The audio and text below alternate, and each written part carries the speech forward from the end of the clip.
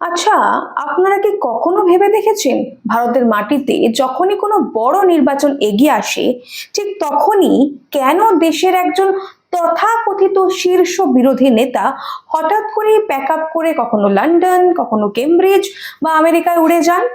কেন দেশের মাটিতে বসে দেশের গণতন্ত্র নিয়ে লড়াই করার বদলে বিদেশি ইউনিভার্সিটির মঞ্চে দাঁড়িয়ে ভারতের বিচার ব্যবস্থা, ভারতের নির্বাচন কমিশন আর ভারতের সার্বভৌমত্বকে কাঠগড়ায় তুলতে হয়? এটা কি শুধুই রাজনৈতিক ভাষণ, নাকি এর পিছনে লুকিয়ে আছে গভীর আন্তর্জাতিক ষড়যন্ত্র? হ্যাঁ, আজ আমরা কোনো সাধারণ রাজনৈতিক সমালোচনার গল্প বলতে আসিনি। আজ আমরা এমন কিছু প্রশ্ন তুলে দেব যা রাহুল গান্ধীকে নিয়ে আপনারা নতুন করে ভাবনা চিন্তা করতে বাধ্য হবেন। এর নেপথ্যে ডিপ স্টেটের চক্রান্ত আছে কিনা সেটাও আলোচনা করব। শেষ পর্যন্ত সঙ্গে থাকবেন। নমস্কার, আমি স্বাতী। মাধ্যম ইউটিউব চ্যানেলের আরো একটি ভিডিওতে আপনাদের স্বাগত জানাই।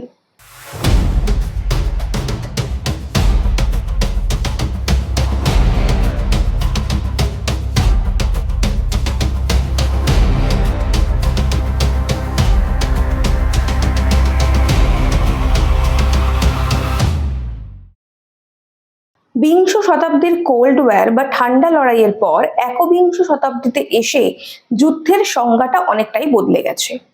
আধুনিক ভূ রাজনীতিতে কোনো দেশকে দুর্বল করতে এখন আর সীমান্তে কামান দাগতে হয় না। তার চেয়ে অনেক বেশি সস্তা এবং কার্যকরী অস্ত্র হলো সফট পাওয়ার আর ন্যারেটিভ ওয়ারফেয়ার, অর্থাৎ একটা দেশের ভেতরের প্রতিষ্ঠানগুলোর ওপর আন্তর্জাতিক স্তরে এমন এক মনস্তাত্ত্বিক চাপ তৈরি করা যাতে সেই দেশের সার্বভৌমত্ব ভেতর থেকে নড়বড়ে হয়ে যায়। গ্লোবাল পলিটিক্সে এই অদৃশ্য অনির্বাচিত ক্ষমতার কেন্দ্রগুলোকেই বিশেষজ্ঞরা বলেন ডিপ স্টেট। আর এই ডিপ স্টেটের বর্তমান সফট টার্গেট হলো উদীয়মান অর্থনৈতিক শক্তি ভারত।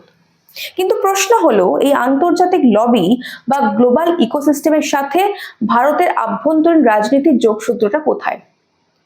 আপনারা যদি লক্ষ্য করে দেখেন তাহলে দেখবেন গত কয়েক বছরে দেশের প্রধান বিরোধী নেতা স্বঘোষিত রাহুল গান্ধীর বিদেশ সফরগুলোর দিকে যদি আমরা একটু নিরপেক্ষ এবং গভীর নজর দিই, তবে একটা অদ্ভুত প্যাটার্ন বা ছক সামনে আসে।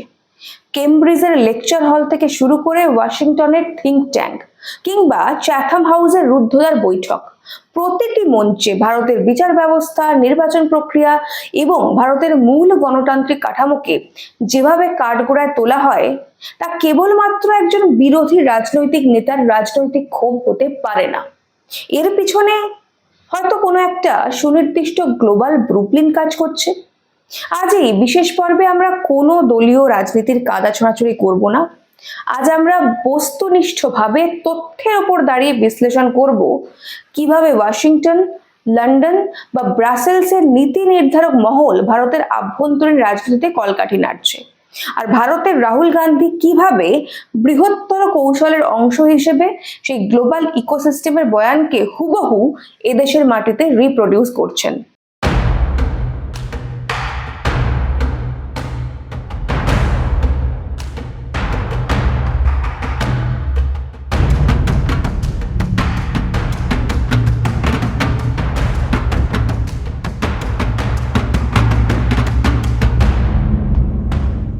আমি জানি বিষয়টা খুব একটা সহজ সরল নয়, একটু খটোমটো।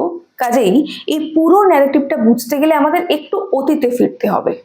2017 সালের সেপ্টেম্বর মাস, রাহুল গান্ধী আমেরিকার ইউসি বার্কলে ইউনিভার্সিটিতে একটি ভাষণ দেন। আপাত দৃষ্টিতে সেটি একটি সাধারণ রাজনৈতিক সফর মনে হলেও এর পিছনে লজিস্টিক্স এবং অর্গানাইজারদের দিকে তাকালে একটা খটকা লাগে। এই সফরগুলোর নেপথ্যে ছিলেন স্যাম পিত্রোদা এবং ইন্ডিয়ান ওভারসিজ কংগ্রেস। কিন্তু আসল খেলাটা ছিল অন্য জায়গায়। বার্কলে বা প্রিন্সটনের মতো যে সমস্ত একাডেমিক স্পেস রাহুল গান্ধীর জন্য মঞ্চ প্রস্তুত করেছিল, সেগুলোর সিংহভাগেরই ফান্ডিং বা অনুদান এসেছিল ফোর্ড ফাউন্ডেশন বা জর্জ সোরসের মতো ওপেন সোসাইটি ফাউন্ডেশন থেকে। মনে রাখবেন, এই যে সমস্ত বিদেশি এনজিও যাদের আর্থিক লেনদেনের ওপর ভারতের স্বরাষ্ট্র মন্ত্রক বিগত দিনে কঠোর নজরদারি বা এফসিআর এ নিষেধাজ্ঞা জারি করেছিল, অর্থাৎ ভারতের মাটিতে যাদের ডানা ছাঁটা হয়েছে আন্তর্জাতিক মঞ্চে, তারাই রাহুল গান্ধী সফরের মূল চালিকা শক্তি হয়ে উঠেছে। কিন্তু এই পুরো চিত্রনাট্যের সব থেকে বিপজ্জনক মোড় আসে 2018 সালের আগস্ট মাসে।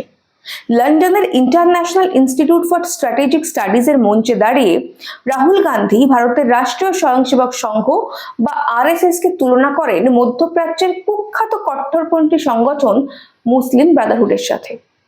একটু ঠান্ডা মাথায় ভাবুন, ভারতের বহু পুরনো একটি দেশীয় সংগঠনকে কেন হঠাৎ করে গ্লোবাল ইসলামিক টেরর নেটওয়ার্কের একটা ফ্রেমওয়ার্কের সাথে তুলনা করা হলো?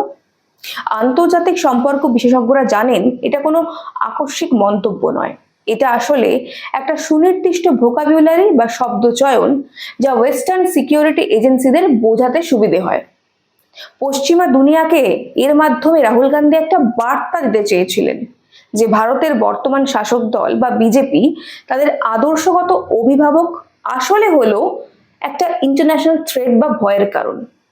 মজার বিষয় হলো যে আইআইএসএস এর মঞ্চে দাঁড়িয়ে এই বয়ান তিনি দিয়েছিলেন, সেই থিঙ্ক ট্যাঙ্কের বড় ফান্ডিং আসে ব্রিটেনের মিনিস্ট্রি অফ ডিফেন্স এবং বাহরাইনের রাজপরিবার থেকে। তাহলে প্রশ্ন জাগে, ভারতের আভ্যন্তরীণ সামাজিক এবং রাজনৈতিক সমীকরণ নির্ধারণে এই বিদেশি ডিফেন্স লবিগুলোর স্বার্থ ঠিক কোথায়? অনেকে মনে করতে পারেন এই আন্তর্জাতিক লবিং হয়তো ইদানিং শুরু হয়েছে, একেবারেই নয়। ইতিহাস বলছে এই চিত্রনাট্যের খসড়া তৈরি হয়েছিল বহু আগে। 2010 সালের দিকে তৎকালীন স্বরাষ্ট্রমন্ত্রী পি চিদম্বরম দেশের মাটিতে স্যাফরন টেরর বা গেরুয়া সন্ত্রাস নামে একটি নতুন তত্ত্ব সামনে এনেছিলেন। দেশের মানুষ এবং আদালত সেই তত্ত্বকে খারিজ করে দিলেও ইন্টারন্যাশনাল ইকোসিস্টেম কিন্তু সেই সূত্রটা ধরে রেখে দিয়েছে। আজ যখন বিদেশের মাটিতে দাঁড়িয়ে ভারতের বহুত্ববাদ বা হিন্দু সভ্যতাকে একটি চরমপন্থী কাঠামো হিসেবে দেখানোর চেষ্টা হয়, তখন আসলে সেই পুরনো স্যাফরান টেরার ন্যারেটিভটাকেই গ্লোবাল মোড়কে রিপ্যাকেজ করে ভারতের বাজারে ফেরত পাঠানোর চেষ্টা করা হচ্ছে। আমি তো কিছু পুরনো এক্সাম্পল দিলাম, এবার আসা যাক সব থেকে বিতর্কিত অধ্যায়, যা 2023 সালে আমেরিকা সফরে পরিষ্কার হয়ে যায়। ওয়াশিংটন এবং স্ট্যানফোর্ডের বন্ধ দরজার পেছনে রাহুল গান্ধী কার কার সাথে বৈঠক করেছিল জানেন? খবরের কাগজ এবং আন্তর্জাতিক রিপোর্টে প্রকাশ, রাহুল গান্ধীর এই সফরগুলোর অন্যতম আয়োজক বা সংযোগকারী হিসেবে নাম উঠে এসেছিল সুনিতা বিশ্বনাথনের। এই সুনিতা বিশ্বনাথন হলেন হিন্দুজ ফর হিউম্যান রাইটস এর সহ প্রতিষ্ঠাতা। এই সংস্থাটির ট্র্যাক রেকর্ড ঘাঁটলে দেখা যায় এরা মার্কিন মুলুকে নিয়মিতভাবে ভারতের সার্বভৌমত্ব, কাশ্মীর পলিসি এবং ভারতের অর্থনৈতিক স্বার্থের বিরুদ্ধে লবিবাজি করে। শুধু তাই নয়, এদের সঙ্গে গভীর ওঠা বসা রয়েছে ইন্ডিয়ান আমেরিকান মুসলিম কাউন্সিলের মতো প্ল্যাটফর্মের, যাদের বিরুদ্ধে একাধিকবার ভারত বিরোধী আন্তর্জাতিক নেটওয়ার্ক চালানোর ভয়াবহ অভিযোগ উঠেছিল। যখন ভারতের একজন সংসদ সদস্য বিদেশের মাটিতে গিয়ে এই ধরনের অ্যাক্টিভিস্টদের সাথে একই বৃত্তে ওঠা বসা করেন, তখন আর বিষয়টিকে গণতন্ত্র বাঁচানোর লড়াই বলে চালিয়ে দেওয়া যায় না। এটা তখন হয়ে যায় এক গভীর স্ট্র্যাটেজিক পার্টনারশিপ। এবার আমি আপনাদের এমন এক তথ্য দেব তাতে আপনারা চমকে যাবেন। বিজেপি মুখপাত্র এবং সাংসদ সম্বিত পাত্র জানিয়েছেন, কংগ্রেস নেতা রাহুল গান্ধী বিগত 22 বছরে 54টি বিদেশ সফর করেছেন এবং প্রায় 60 কোটি টাকা খরচ করেছেন, যেটা তার ঘোষিত আয়ের তুলনায় অনেক বেশি। তাহলে প্রশ্ন ওঠে, কোথা থেকে আসছে এত ফান্ড? প্রশ্ন আছে কিন্তু উত্তর নেই। 2004 से 2026 तक राहुल गांधी 54 यात्रा जो उनकी रही विदेश की, उसमें उनका खर्चा हुआ है 60 करोड़।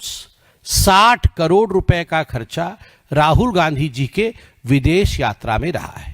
সম্প্রতি রাহুল গান্ধী হঠাৎ করেই সফর করেন নিকোবর দ্বীপপুঞ্জ। আপাত দৃষ্টিতে মনে হতে পারে এটি হয়তো কোনো আদিবাসী অধিকার বা পরিবেশ রক্ষার কোনো নিরীহ সফর, কিন্তু ভূ রাজনীতি এবং আন্তর্জাতিক বাণিজ্যের উপর যাদের সামান্যতম নজর আছে তারা জানেন নিকোবর এই মুহূর্তে ভারতের জন্য ঠিক কতটা গুরুত্বপূর্ণ। সেখানে ভারত সরকার গড়ে তুলছে গ্রেট নিকোবর মেগা প্রজেক্ট। প্রায় 72,000 কোটি টাকার এই প্রকল্পে তৈরি হচ্ছে একটি আন্তর্জাতিক ট্রান্সশিপমেন্ট পোর্ট, মিলিটারি এয়ারফিল্ড এবং স্ট্র্যাটেজিক ডিফেন্স বেস। এই প্রজেক্টের ভৌগোলিক অবস্থানটা বুঝুন, এটা ঠিক মালাক্কা প্রণালীর মুখে অবস্থিত, যেখান দিয়ে গোটা বিশ্বের সিংহভাগ বাণিজ্য এবং চীনের এনার্জি সাপ্লাই বা তেলের জাহাজ যাতায়াত করে। নিকোবরের এই পোর্ট তৈরি হয়ে গেলে আন্তর্জাতিক বাণিজ্যের মানচিত্রে সিঙ্গাপুর, শ্রীলঙ্কার কলম্বো কিংবা চীনের একাধিপত্য এক ধাক্কায় ধসে যাবে। ভারত হয়ে উঠবে ভারত মহাসাগরের আসল চালিকা শক্তি। আর ঠিক এই জায়গাতেই কাটি করতে নেমে পড়েছে আন্তর্জাতিক ইকোসিস্টেম।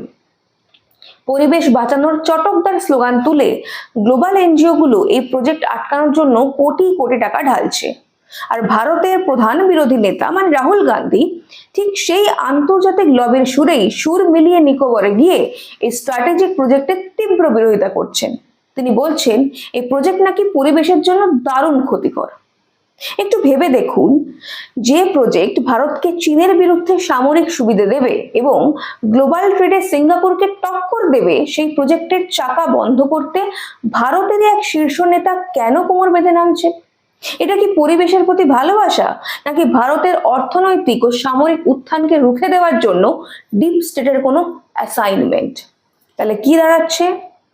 কেমব্রিজের সেমিনার রুম থেকে শুরু করে নিকোবরের সমুদ্র সৈকত, সবকটা বিন্দু একসঙ্গে জুড়ে দেখুন। ভারতের নাগরিক হিসেবে রাহুল গান্ধী বা যে কোনো বিরোধী নেতার অধিকার রয়েছে সরকারের তীব্র সমালোচনা করার, কিন্তু সেই সমালোচনা হোক দেশের সংসদের ভেতর, দেশের রাজপথে কিংবা দেশের জনতার সামনে। গণতন্ত্রের লড়াই যখন দেশের সীমানা ছাড়িয়ে ওয়াশিংটনের থিঙ্ক ট্যাঙ্ক, লন্ডনের চ্যাথাম হাউস বা জর্জ সোরসের ফান্ডেড ইকোসিস্টেমের ড্রয়িং রুমে গিয়ে পৌঁছয়, তখন সেটা আর আভ্যন্তরীণ রাজনীতি থাকে না, সেটা হয়ে দাঁড়ায় ডিপ স্টেটের তৈরি করা একটা ফাঁদ, যেখানে ভারতের গণতন্ত্রকে বাঁচানোর নামে আসলে ভারতের আন্তর্জাতিক উত্থানকে থামানোর চেষ্টা করা হয়। আর দুঃখজনকভাবে আমাদের রাহুল গান্ধী সেই দাবার বোর্ডের একটি চাল বা বোড়ে হিসেবে ব্যবহৃত হচ্ছেন। ওই যে বললাম, সবকটা ডট কানেক্ট করুন, তাহলেই প্রশ্নের উত্তর পেয়ে যাবেন। আন্তর্জাতিক এই ন্যারেটিভ যুদ্ধ নিয়ে আপনার কি মত? রাহুল গান্ধীর এই বিদেশ সফরগুলো কি শুধুই রাজনৈতিক, নাকি এর পিছনে সত্যিই কোনো গ্লোবাল টুলকিট কাজ করছে? জানান আমাদের কমেন্ট করে। আজ এই পর্যন্তই, দেখা হবে পরের একটি ভিডিওতে। ততক্ষণ পর্যন্ত সঙ্গে থাকুন, দেখতে থাকুন মাধ্যম।